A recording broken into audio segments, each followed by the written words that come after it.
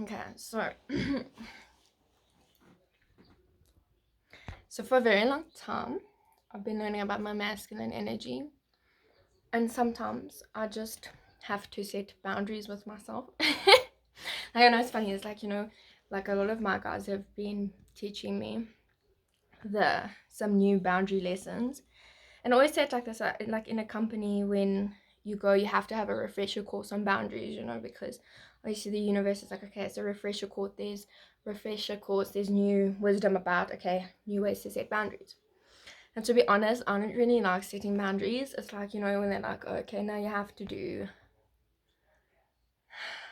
like do a subject you don't want to like, to be honest, like boundaries is not my favorite subject, even though I might be doing well in it.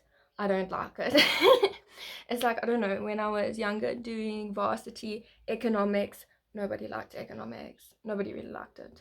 It didn't mean I didn't do well in it, and it didn't mean I didn't excel in it, but I didn't like economics. It wasn't like my favorite subject, but it had to be done to pass. Right. So now I've been learning boundaries for a while, and they say like a really empowered empath is someone who has boundaries. And do I think I'm an empowered empath? I'm like, okay, number one, how would you know that you're an empowered empath? Number one, you would start with identifying that you are an empath, and then educate yourself on what it's like being an empath. And I mean, they have lots of conversations and debates about a topic that I really don't like to discuss because I feel like it's old and it's immature now. But it's old and it's immature now, and I really just, it's like tedious, to be honest. I think I'm just trying to move on from the drama or the politics about it. So anyways, when like sorry, I'm playing with this. um so when like I speak, there's a lot of like ways in my head that I've practiced to become more confident in like my skill. And like I always go back to like my guides showing me like sims, and they said like, like certain sims, they had to improve certain skills to get higher to where they are. And that's genuinely how like I practice to be confident in speaking. Sometimes I feel like um I would love to learn how to like reduce the amount of talking that I do. Because my mind is always talking to me, and sometimes I'm like, how do I get my mind to be quiet? And yes, I've tried meditation, it doesn't work. I feel like it used to work, and now it doesn't because I don't know. So, like, I feel like some things used to work, and then we try new things, and it might have worked for us before, and it's not working for us because maybe we've outgrown it.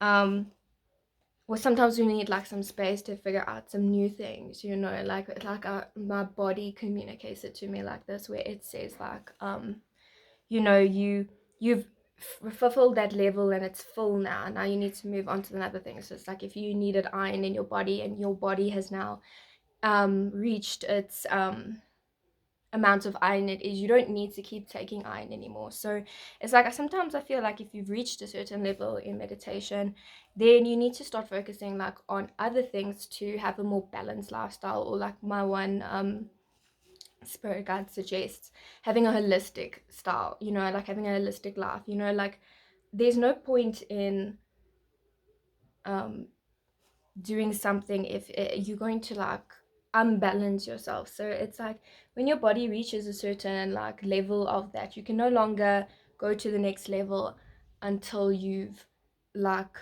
completed that. So I don't know. I'm just listening to myself. Anyways, so yeah, I don't know. Sometimes, like this one guide has been talking, I like to rephrase his words because his words I like to be authentic and unique.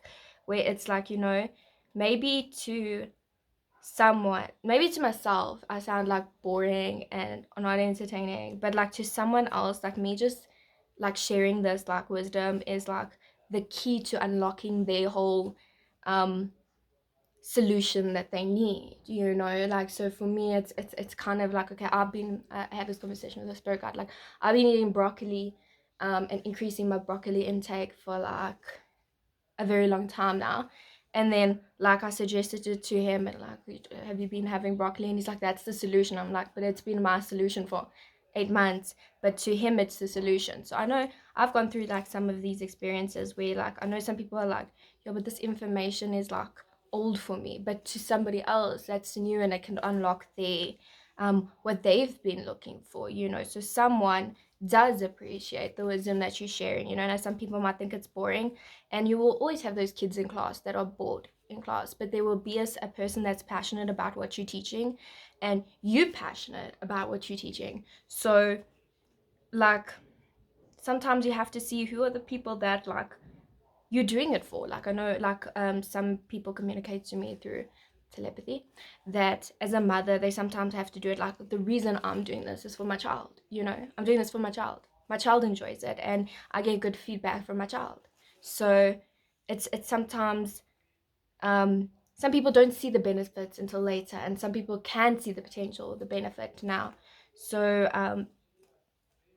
you know, I don't know, there's one part of my soul, she's a little bit, I don't know which spirit guide or which ancestor is. I think it's Sedna. I think Sedna is just, I don't know. I have lots of like guards that need to talk, you know. They need to express themselves because they've been more listening, you know. So like I don't know, she's just trying to get like, you get comfortable with certain parts of yourself, you know. You get comfortable with your inner artist, you get comfortable with your inner ambition, you know. Like there's certain parts of yourself that we, like some people would say that they haven't been healed, or it's maybe we're still trying to find like comfortability in this new part of ourselves, you know. When we're going through a transformation, which I have gotten confirmation about that everybody is going through a transformation at the moment. There was a huge transformation in alignment with the snake, and the snake is a lot about healing, so a lot of bias were being changed, but now the butterfly currently is guarding the new change or the new transformation. So one thing with the snake, like everyone has a bias about the snake. So for the last 8 months, we've been going through the bias of that the snake isn't actually bad. It's just what we have been taught about the snake. You know, if you understand that the snake is actually a symbol of healing in some cultures, but in other cultures, it's considered a bad person, you know. So you have to sit there and say, what is the truth? Not about the bias, you know.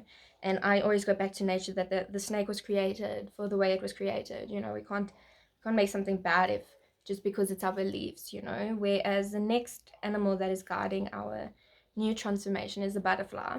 And I don't know, when I think about it, I think about the butterfly cycles. Like you have to go into certain cycles. Like the butterfly is first you plant a seed, you know, you plant an intention. Then the next cycle is that movement happens. Then you go into your cocoon state, your cocoon state, and then you release that, you know. So I think the butterfly is just guiding us on like also like beauty cycles and beauty standards. Like I know my one friend has been working on breaking cycles, or I call it changing habits, you know. But it's also about like, you know, developing your own views and your own opinions of what beauty is to you, you know. Like there's some quotes that stood out for me, like beauty is in the eye of the beholder, you know. And what I'm attracted to is completely different to what another person is attracted to. Like my soul friend, she's been guiding me that like the only reason we get along is because our types are completely different. So there's no need for jealousy because our types are different. And like at first my ego was like a little bit like sensitive towards it, and I was like, hold on, let me, because I'm a very discerning person. Like I won't believe anything until I find confirmation or facts that okay, no, this is true, you know. And I think my best quality as a Scorpio is that I don't trust.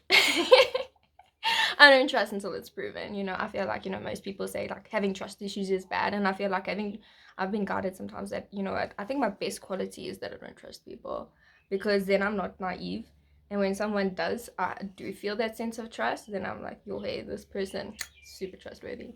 But yeah, that's my wisdom for the day.